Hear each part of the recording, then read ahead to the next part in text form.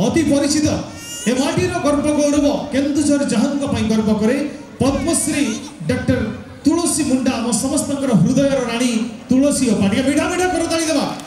गर्व करे तुलसी अफा पाछुटी आणुछंती रेखा महांती मैडम तांको जोरदार करताली हेबो तुलसी अफा आम गहरे उपस्थित हो सारे चिरबंदित हो रही मैडम तुलसी मुंडा पद्मश्री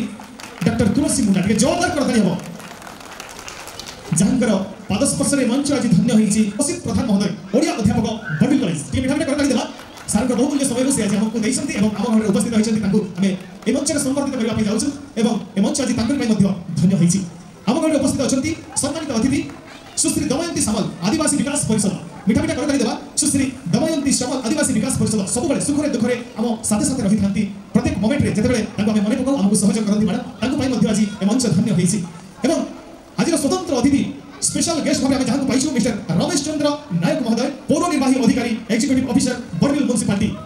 मीठा मीठा करताली देबा से सब आमको सहयोग कर बर्विल रूपांतरीकरण ए बर्विल को आगक बढ़ाई बलिष्ठ अवदान रही अनुरोध करी आज सम्मानित अतिथि जहाँ संबर्धित करने जाऊँ मैडम मौसुमी मजुमदार सोशल वर्कर टे जोरदार करताली हेबो मौसुमी मजुमदार महोदया समाज सेवा क्षेत्र में बहुत अग्रणी भूमिका नहीं आमको सब साहय कर समाज सब सदा सर्वदा चेष्टित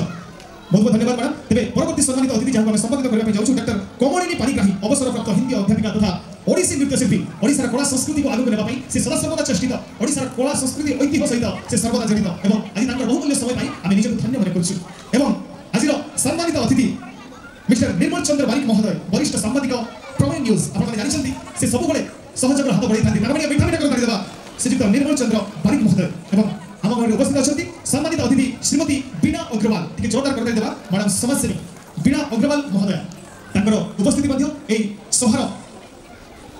सभा को आहरी आनंदित करी आगक नहीं पारी बहुत बहुत धन्यवाद ओडिया मानकर पर्व कुमार उत्सव 2025 तथा त्रिवेणी कला केन्द्र 40तम वर्षपूर्ति अवसर में पुणी थे समस्त अभिनंदन शुभेच्छार वार्ता आम आपण जनाऊँ।